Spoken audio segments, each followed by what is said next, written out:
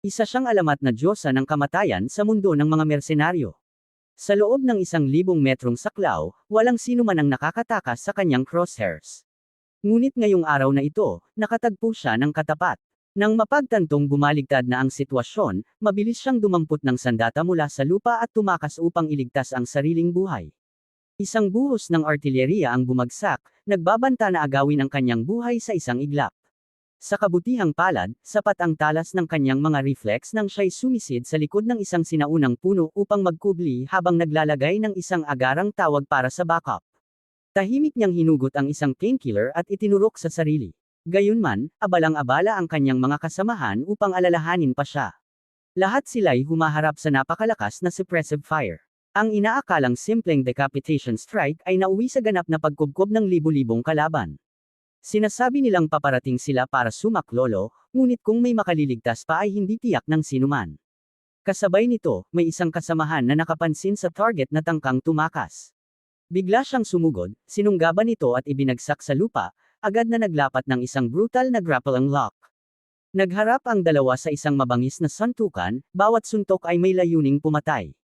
Nang makuha ang bentahe, hinugot ng lalaki ang kanyang combat knife, handang ihatid ang kalaban sa kabilang buhay, ngunit isang kasamahan ang sumugod sa tamang oras upang pigilan siya. Sumigaw ang kanyang kakampi na magpakalma siya dahil iniutos ng komandante na buhayin ang target. Subalit sinamantala ng kalaban ang sandaling iyon at paulit-ulit siyang sinaksak sa ibabang likod. Bago pa makakilos ang sinuman, kumislap ang malamig na talam ng mahigit 100 beses. Sa kabila ng may sumugod upang supulan ang umaatake sa pamamagitan ng puwersa, huli na ang lahat. Wasak na ang ibabang likod ng binata, at manipis ang tsansa niyang mabuhay. Habang may isang lalaki na nagbibigay sa kanya ng painkiller, sa wakas ay dumating ang extraction helicopter. Upang pigilan ang humahabol na hukbo, gamulong ang lalaki pababa sa isang kalapit na dalesdis at hinugot ang isang naka-preset na detonator. Nang pindutin niya ang pulang buton, yumanig ang lambak sa isang marahas na pagsabog. Isang napakalaking pagguho ng lupa ang agad na nagsara sa daan. Matapos makumplito ang misyon, mabilis na umatras ang grupo. Nakalulungkot, hindi nakaligtas ang binata sa tawag ng kamatayan sa huli. Habang ang lahat ay nalulunod sa dalamhati, dinuraan ng lider ng kaaway ang katawan ng namatay na sundalo. Agad nitong siniklab ang apoy ng galit sa mga kasamahan. Kung hindi lamang sila napigilan sa oras, malamang ay napatay sa bagbog ang bilanggo sa mismong lugar. Sa sandaling iyon, isang kalapit na opisyal ang namagitan, nagbubuga ng mga utos ng may kay-abangan. Ang komandante, na nais iligtas ang mukha ng opisyal, ay inutusan ang lahat na sumunod upang hindi mauwi sa hukuman ng militar. Si Kapitan Andre, labis na hindi nasisiyahan, ay hindi maiwasang magbulong ng ilang salita. Lalong lumakas ang loob ng opisyal at naging mas agresibo, minumura si Andre ng harapan at sinasabing walang halaga ang kanilang mga buhay. Isa lamang daw silang mga gamit na madaling itapon. Ang mga salitang ito ang nagpasiklab ng dalisay na galit sa lahat. Tumingin si Andre sa komandante at nang makitang wala itong balak ipagtanggol ang kanyang mga tauhan, tuluyang sumiklab ang kanyang galit. Hinablat niya ang bilanggo na nakaupo sa sulok at walang pag-aatubiling inihagis palabas ng helicopter. Nang makita ito, sinubukan ng opisyal na bunutin ang kanyang baril, ngunit mas mabilis ang kasamahan ni Andre at itinutok ang rifle diretso sa dibdib ng opisyal. Dahil sa walang ingat na sunod-sunod na pangyayaring ito, ang bawat miyembro ng koponan ay marangal na tinanggal sa serbisyo at ipinagbawal na makabalik sa kanilang sariling bayan. Maging ang operations commander ay inalisan ng lahat ng kanyang titulo. Makalipas pa ang 3 taon mula sa insidenteng iyon, ilang sandali matapos ang digmaan sa Bosnia, nagsimulang magsulputan ang iba't ibang armadong puwersa sa Balkans. Sa ilalim ng pagkukunwaring pag-iwas sa isang makataong sakuna, naglunsad ang NATO ng isang malupit na kampanya ng pambobomba laban sa isang maliit na bansa sa loob ng alyansa. Mahigit 25,200 sorties ng mga makabagong bomber ang nagbagsak ng kabuoang 25,000 tonelada ng mga pampasabog. Hindi mabilang na mga sibilyan ang nasawi sa sakuna, na nag-iwan ng maraming pamilyang wasak. Hindi na naihiwalay ng kalangitan ng araw at gabi habang ang buong lungsod ay nilamon ng usok ng digmaan. Isang lalaki ang nagmamadaling dinala ang kanyang asawang nangganganak sa ospital. Kakaalis lamang ng doktor sa kanyang tabi kasama ang nagdadalang tao. Ngunit sa sandaling bumalik ang lalaki sa kanyang sasakyan upang kunin ang kanilang mga gamit, isang bomba ang tahimik na bumagsak. Ang napakalakas na pressure blast ay itinapon siya palayo. Nang magkamalay ang lalaki, itinabi niya ang isang bato na dumurog sa kanyang binti at pilit na napalay pabalik sa loob ng ospital. Makapal ang labi sa usok ng putukan. May isang doktor na balot ng apoy na tumatakbo palabas. Ngunit wala na siyang pakialam sa lahat ng iyon. Ang tanging iniisip niya ay ang kanyang asawa. Nagkagulo ang mga tao at nagsiksikan pababa sa hagdanan, at ang sinumang mabagal ay itinataboy pabalik ng mga shockwave. Hindi nang ahas ang lalaki na mag-aksaya kahit isang segundo, hinahanap ang mukha ng kanyang asawa sa bawat silid. Ngunit hindi siya pinaburan ng kapalaran. Namatay ang kanyang asawa sa pambobomba, bagaman matagumpay na naipanganak ang sanggol. Isang babaeng doktor ang sumugod, binalot ang bagong silang sa isang puting tela bago inutusang agad umatras ang lalaki. Sinundan ng lalaki ang doktor na tila isang hangkag na kaluluwa. Gayunpaman, isang bigla at marahas na pagsabog ang kumitil sa kanyang buhay sa mismong lugar. Bago pa man maproseso ng doktor ang dalamhati, isa na namang maizil ang rumaga sa pababa. Ang nakapangangilabot na pagyanig ay nagdulot ng mga bitek sa kisame. Nang makitang malapit ng gumuho ang gusali ng ospital, tumakbo ang doktor upang iligtas ang sariling buhay. Bumagsak ang mga tipak ng mabibigat na konkreto na parang mga bulalakaw, nagbubuga ng makakapal na ulap ng alikabok na samakaw sa buong pasilyo, nang tuluyang maglaho ang makapal na usok, lumitaw ang doktor bilang isang mapalad na nakaligtas. Ngunit ang gusali ng ospital ay isa na lamang hangkag na guho, isang balangkas na nakatindig laban sa kalangitan. Upang wakasan ang malupit na digmaang ito, muling binuhay ang hardcore squad na nadisband noon. Inatasan si Commander Beck na tipunin muli ang lahat ng miyembro. Hindi inaasahan, muling pinatunayan ng bansang mandirigma ang kanilang tapang. May nakahandusay na Dodd cruise missile. Gayunman, may isang taong naglakas loob na gumamit ng wrench upang subukan ang pagiging delikado nito.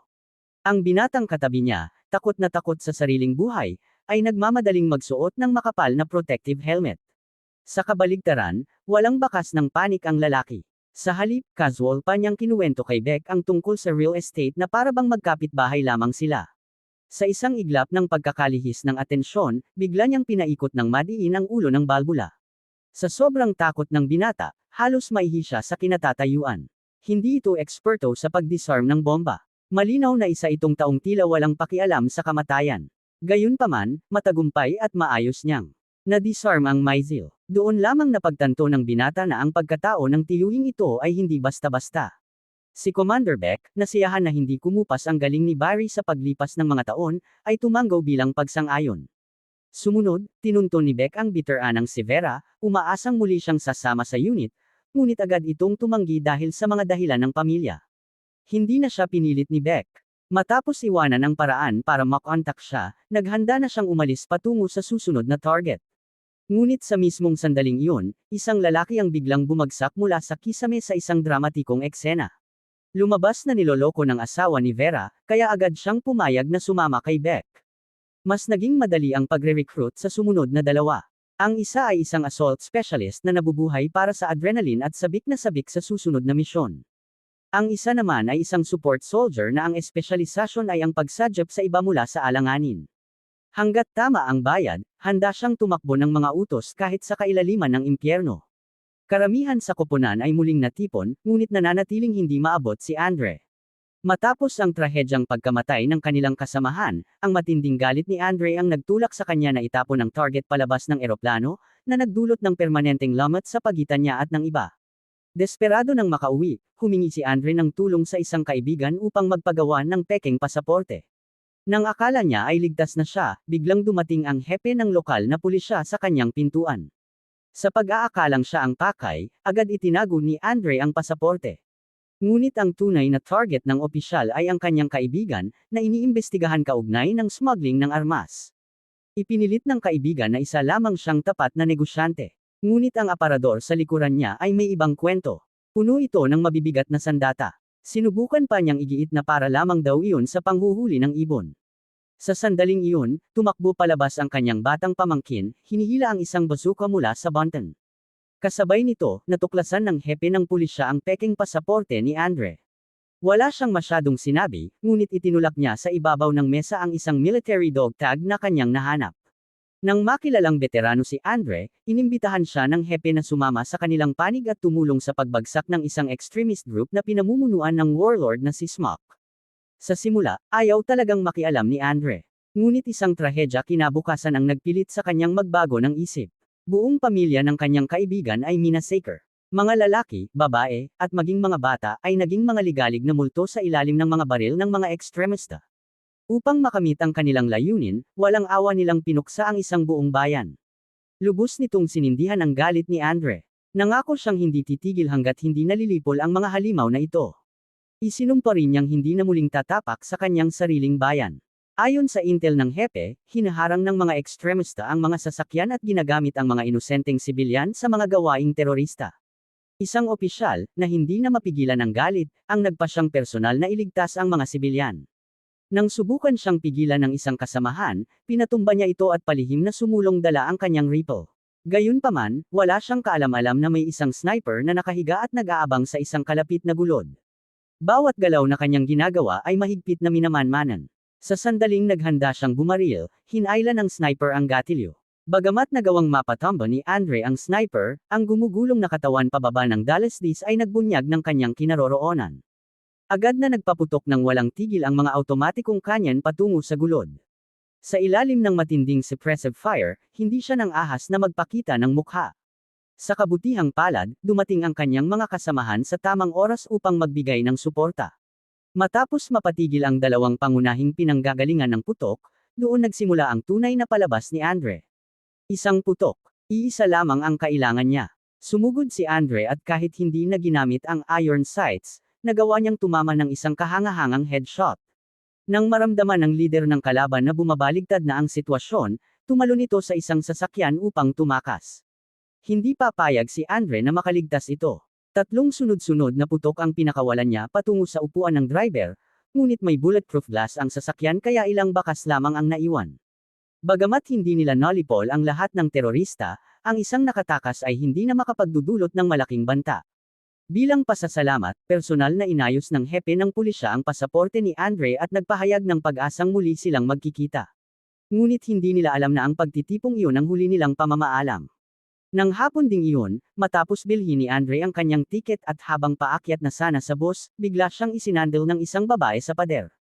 Ang magandang babaeng ito ay si Natasha, ang doktor na muntik nang mamatay sa pagsabog ng ospital. Hindi man malinaw kung ang makapal niyang balbas ang nakaakit sa kanya o ang matagal na nanatiling halimuyak nito ang gamulo sa kanyang isipan, unti-unting nahulog si Natasha sa kanya.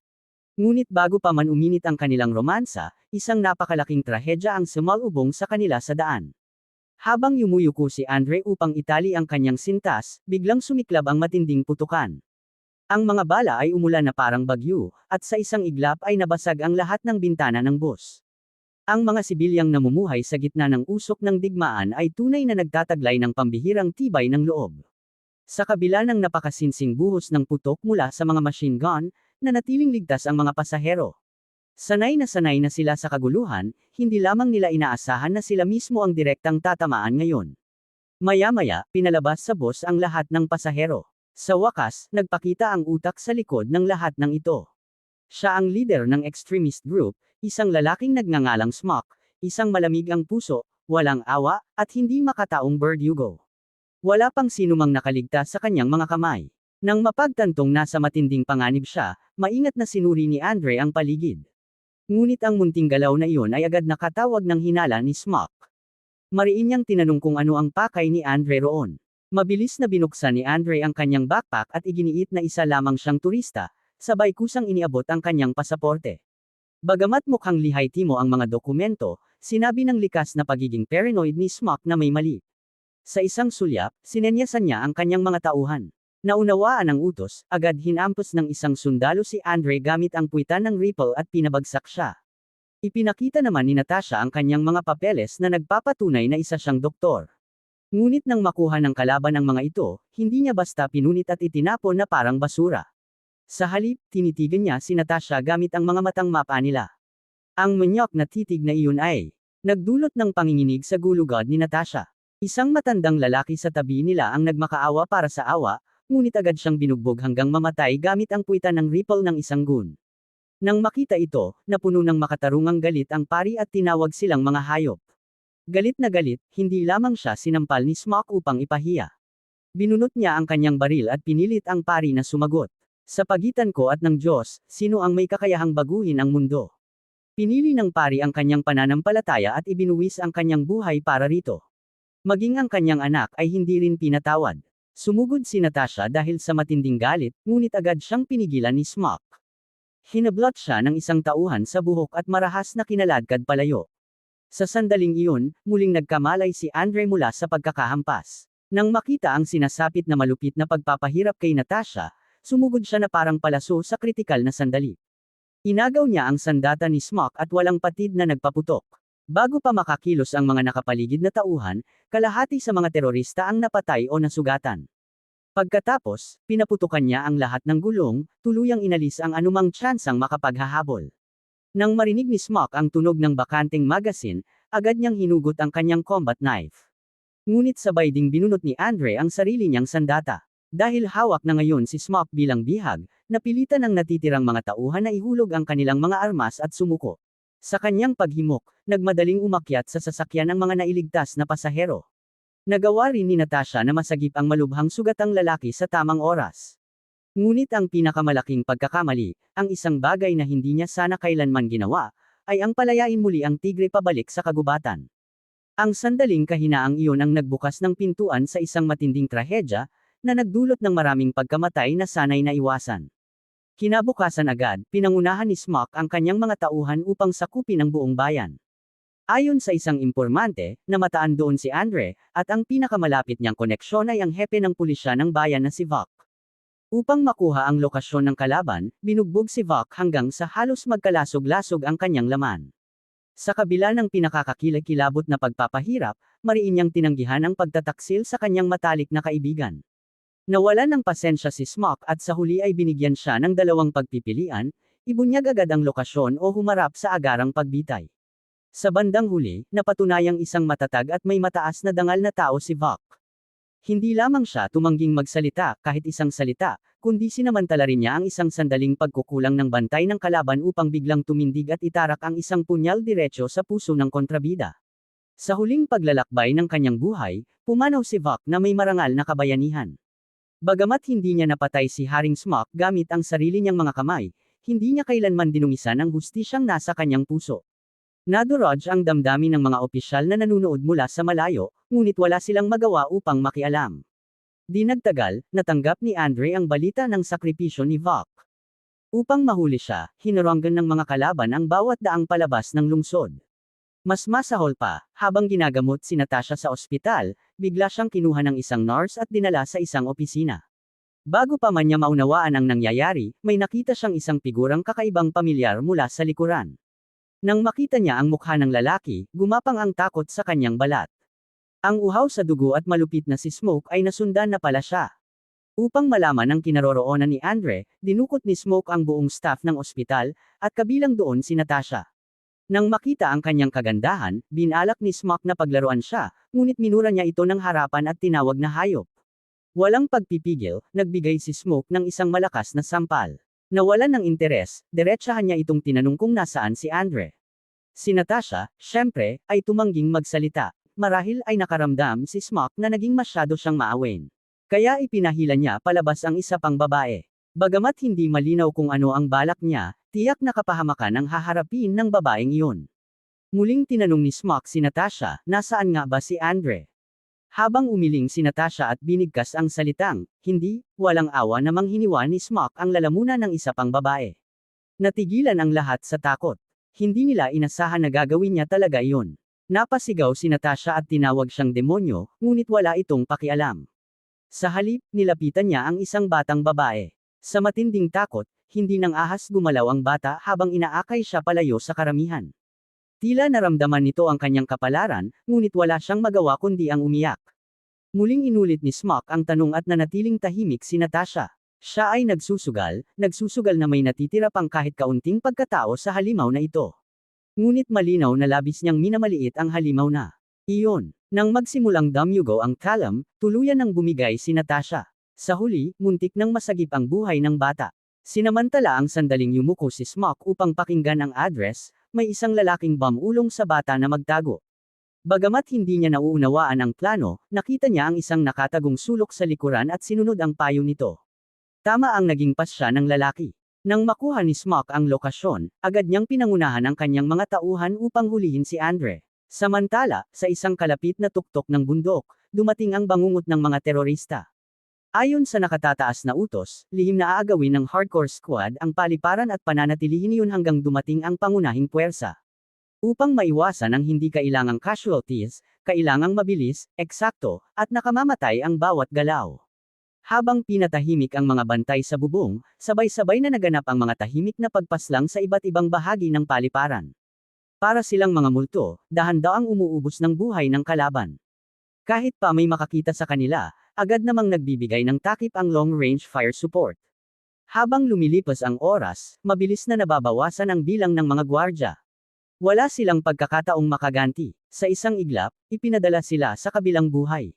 Hindi rin pinalad ang dalawang bandido na nagbabantay sa labas ng isang bodega.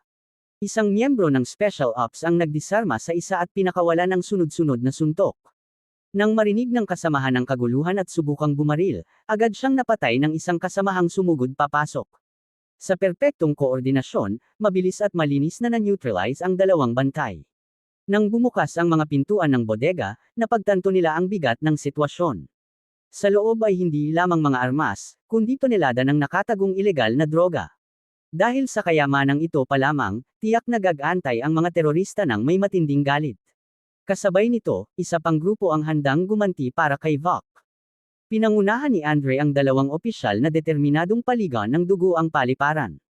Ngunit habang lihim silang pumapasok sa loob, napansin niyang kakaiba ang sitwasyon. Hindi nagalaw ang mga mabibigat na armas, ngunit wala ni isang tao sa paligid. Habang sinusuyod ng dalawang opisyal ang lugar, biglang umalangaw ang tunog ng pagbukas ng pinto mula sa likuran. Mabilis silang sumilong sa isang sulok, handang magbigay ng nakamamatay na suntok sa mga bandido. Ngunit sa kanilang lubos na pagkagulat, ang kalaban ay hindi lamang kumilos ng napakabilis, kundi kahit sa dalawang laban sa isa, hindi man lang siya umatras. Sa halip, gumanti ito at tinuruan sila ng aral na hinding-hindi nila malilimutan. Hindi alam ni Andre na nasa panganib ang kanyang mga kasama, tahimik siyang umakyat sa bubong upang maagaw ang mataas na posisyon. Bigla siyang inatake ng isang kalaban. Umiwas siya, pinabagsak ang umaatake, at itinutok ang baril upang tapusin ito, ngunit laking gulat niya nang malaman na iyon pala ay ang dati niyang kasamang nakipagsapalaran sa buhay at kamatayan. Sa di kalayuan, halos wasaki na ang dalawang pulis. Nang makitang parehong panig ay naglalaban na may namumulang mga mata, napigilan ni Andre ang isang posibleng friendly fire sa tamang oras. Masayang nagkita muli ang matagal nang nagkahiwalay na magkakampi. Hiniling ni Commander Beck na muling sumali si Andre sa squad upang ipagtanggol ang paliparan hanggang dumating ang peacekeeping forces. Bago pa man siya makatanggi, naramdaman ng warlord na si Smock na kamakailan lang umalis, na may mali. Tuluyan nang naputol ang komunikasyon sa kanyang base. Agad siyang nagpadala ng armadong pickup truck upang siyasatin ang sitwasyon.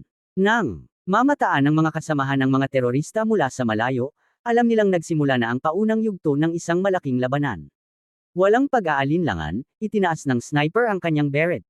Ang batang nakasakay sa bisikleta ay bata pa, ngunit taglay ang parehong nakamamatay na masamang intensyon ng isang malamig ang dugong mamamatay tao. Huminto siya, tumingin sa paligid, at biglang gumawa ng kilos na parang hinihiwa ang sariling lalamunan. Puno ng paghamak at kay-abangan ng kanyang mga mata. Si Vera, ang sniper sa malayo, ay hindi nagpadalos-dalos at hinayaang umalis ang bata ng may pagmamataas. Sa katunayan, kalahating oras bago pa ipadala ni Smock ang kanyang mga tauhan, nakapwesto na si Vera at handang paksay ng mga target. Ngunit ang commander, sa takot na magpagising ng ahas sa damuhan, ay nag-atubiling magbigay ng utos na bumaril. Ang sandaling pag-aatubiling iyon ay hindi lamang nag-aksaya ng perpektong pagkakataon, kundi nagbigay daan din upang matunton ng mga scout ng kalaban ang sniper sa bubong. Nang makitang nabisto na ang kanyang posisyon, sinuway ni Vera ang utos.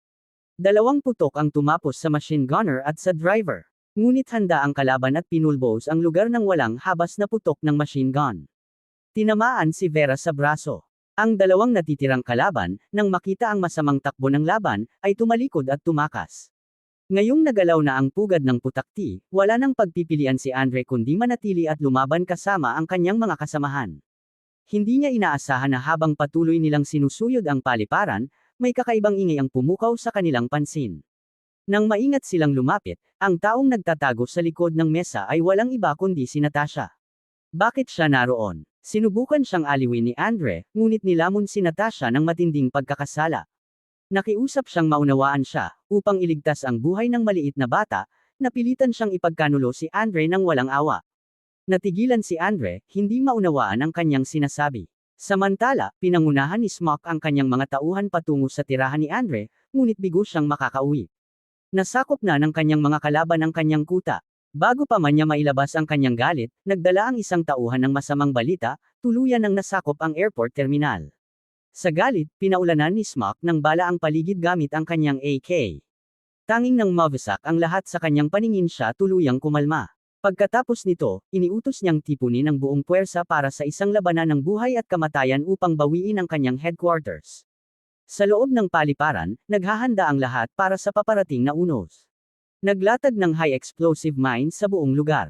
Pinalakas ang mga depensa, muling nilagyan ng bala ang mga heavy fire point. Naglagay ng mga detonator sa damuhan. Maging ang mga bukas na eroplano ay hinuranggan ng mabibigat na truck upang hadlangan ang paningin ng kalaban. Nakatago ang mga armas sa bawat sulok at siwang ng paliparan upang masiguro ang kakayahang lumaban anumang oras. Nang handa na ang lahat, naghintay na lamang sila sa pagdating ng malaking isda. Ngunit sa halip na malaking isda, hipon ang dumating, at hindi ito karaniwang hipon. Ito ang parehong batang nakita kanina. Upang subukan ang mga depensa ng base, pinatunayan ni Smock na wala siyang kahihiyan, handang isakripisyo ang isang bata. Ang katotohanang nakalabas ng buhay ang bata ay patunay na ang mga Sam-Akop ay isang propesyonal na puwersang militar. Pagsapit ng gabi, dumating ang isang napakalaking convoy ng mga sasakyan. Agad iniulat ni Vera ang sitwasyon sa kanyang mga kasamahan. Hinati ng mga terorista ang kanilang puwersa sa dalawang direksyon upang simulan ang pag-atake. Batay sa dami ng bumababang mga tao mula sa mga sasakyan. Halos kalahating rehimen ang kanilang lakas, 8 laban sa 800. Ito ay malinaw na labanang walang atrasan, ngunit walang ni isang bakas ng takot sa sinuman. Dumagsa ang kalaban sa paligid ng paliparan, marahas na nagmamarcha patungo sa command building. Sa mismong sandaling iyon, biglang may sumiklab na flare sa langit. Nagkagulo ang mga sundalo at nagsidapa. Nakatitig si Smock, pansamantalang naguluhan, hindi alam kung anong panlilinlang ang nagaganap. Ngunit nang umalangaw-ngaw ang utos ng commander, isang nakapangangilabot na pag-atake ang bumagsak sa kanila. Isang truck ang sumabog habang isa pang rocket ang sumipol papasok. Wala ng oras ang mga sakay upang makaiwas. Lahat sila ay naging abo sa dagat ng apoy. Ngunit simula pa lamang iyon. Nang bumukas ang mga machine gun, doon nila tunay na naunawaan ang kahulugan ng impyerno sa lupa. Kung saan kulang ang precision, binawi ito ng dami. Bumuhos ang walang tigil na ulan ng bala. Walang pagkakataon ng kalaban na lumaban. Sa isang iglap, butas-butas silang parang salon. Isang tauhan ang nagtangkang magbigay ng suppressive fire, ngunit bago pa man siya makaputok ng 2 segundo, pinaire-piraso na siya ng mga bala. Sa puntong iyon, ang mga sasakyan ay tila papel lamang, walang anumang proteksyon. Sinundan pa ito ng isang high-explosive grenade. Ang mga hindi napaire-piraso ay agad naging parang pulot-pukyutan ang katawan. Sa pagkawasak ng huling kalaban, nagtapos ang unang bugzo sa isang matinding pagkatalo. Ngunit walang awa si Smock. Agad niyang ipinadala ang ikalawang bugzo, ang tunay niyang mga piling tauhan. Kung ikukumpara sa naunang mga alay, ang mga ito ay 10,000 beses na mas mabangis. Ang isang panig ay nakatuon sa eksaktong pag-atake, ang kabila naman sa hilaw at marahas na lakas. Sa harap ng ganap na kapangyarihan, naglaho ang lahat ng taktika.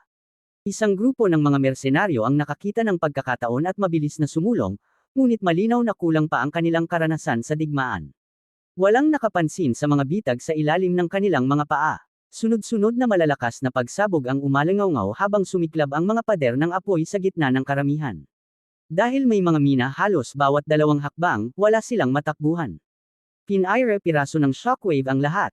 Maging ang iilang nakaligtas sa pagsabog ay tinapos ng mga long-range sniper, isang habag na putok upang wakasan ang kanilang paghihirap. Ngunit hindi pa rin ito napigilan ang pagsulong ng kalaban.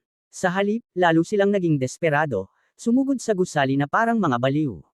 Ang ambush team sa gilid ay matagal nang naghihintay, handang salubungin ang biktima sa bitag. Sa ilalim ng matinding suppressive fire, tuluyang nabigla ang kalaban, ni wala man lang pagkakataong makaganti. Isa pang grupo ng mga bandido ang nalipol.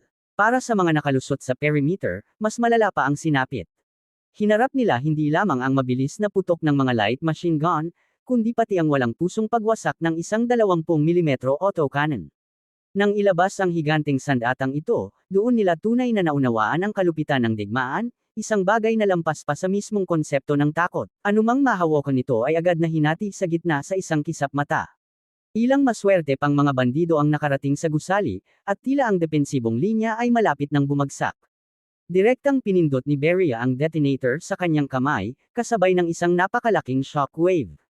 Ang mga nasa malayo ay napabagsak pabalik, habang ang mga malapit ay agad na naglaho. Ang natitirang mga nag-iiwan ay tuluyan ng tinawag ng kamatayan. Sa ilalim ng takip ng eksaktong putok, mabilis nilang sinunod ang kanilang mga kapwa sa libingan. Nang tuluyang masira ang ikalawang bugzo, nagkaroon ng panandaliang kapayapaan sa paliparan. Akala ng lahat ay natakot na ang kalaban, naniniwala silang matagumpay nilang naipagtanggol ang linya. Ngunit laban sa lahat ng inaasahan, may mas malaking kapahamakan na palihim na papalapit. Inilabas ang mga mortar. Habang ibinabagsak ang mga high-explosive shells sa mga tubo, nagsimula ang ikatlong bugzo. Bagamat nakita ng commander ang banta sa oras, hindi nila kinaya ang walang humpay na alternatibong pambobomba ng kalaban. Sumabog ang mga shell sa paligid. Ang napakalaking shockwave ay nagdulot ng pagkahilo at malabong paningin sa mga tao.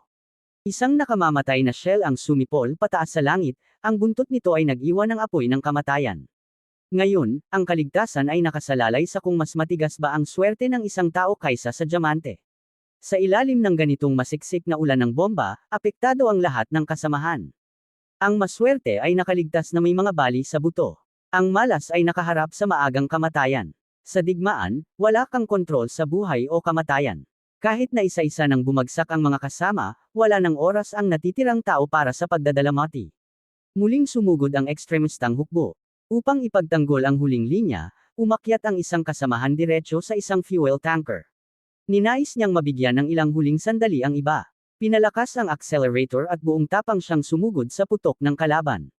Ang napakalaking tapang na ito ay nagpapaalala sa akin ng walang mabilang na bayani ng nakaraan, gumagawa ng imposible, sumusuong sa kamatayan sa kabila ng laban. Para sa ganap na tagumpay, voluntaryo nilang isinakripisyo ang kanilang mahalagang buhay. Walang pagkain o rasyon, kakain ng balat ng puno. Walang baril o kanyan, hawak ay malalaking espada. Kahit gaano karahas ang iyong artillery, laman at dugo nila ang magiging harang. Nang magsimula ng sumikat ang araw, nagsimula ang huling labanan. Lumakas ang firepower sa magkabilang panig sa isang purong digmaan ng pagod at buhay, isang pastahan kung sino ang makatatagal hanggang wakas. Habang umatras, sinunggaban ni Smock ang pagkakataon mula sa kanyang tagong pwesto at pinutok si Andre sa binti. Nang maramdaman niyang hamina ang putok ng depensa, pinangunahan niya ang natitirang tauhan sa isang malakas na paglusob. Sa sandaling iyon, tumakbo si Natasha upang iligtas ang sugatang si Andre. Nang makita siya, itinataas ni Smock ang baril upang muli siyang putukin. Nang makita ang nalalapit na panganib, tumulak si Andre na parang palaso, tinatanggap ang nakamamatay na bala para kay Natasha. Ngunit labis siyang nasugatan, nakabitin ang kanyang kapalaran sa isang hibla. Bagamat naipol sila ng kanilang mga kasamahan sa ligtas na pwesto sa ilalim ng covering fire, hinarap nila ang mas mabigat na realidad. Nauubos na ang lahat ng bala. Dalawa na lamang ang natitira. Si Vera, na ayaw harapin ang pagpapahirap at kamatayan, ay umaasa na bibigyan siya ng commander ng mabilis na wakas. Habang hahawakan na sana ang trigger, may kasamang nagsalita upang pigilan ito. Nagbabago ang sitwasyon sa labas. Kahit si Smock ay huminto, natulala sa takot. Hindi kalayuan, ang pangunahing puwersang Ruso ay mabilis na sumusulong. Nang makita nilang dumating na ang kanilang reserba, tuluyan ng hamupa ang kaba ng lahat. Dahil sa malalaking pagkalugi, hindi nag-atubiling umalis si Smock at sumugod sa kotse upang makatakas. Ngunit bago pa man mapatakbo ang makina, tumusok ang matalim na talam sa kanyang lalamunan. Ang demonyo na namuhay ng may kalupitan at kay abangan ay sa wakas ay nakamit ang nararapat na wakas. Ang halaga ng isang pelikula ay nakasalalay sa reputasyon nito, habang ang halaga ng pagsusuri ay nasa kaalamang na ibibigay nito. Dito nagtatapos ang kwento ngayong araw. Maraming salamat sa panunood. Ano ang palagay ninyo sa pelikula?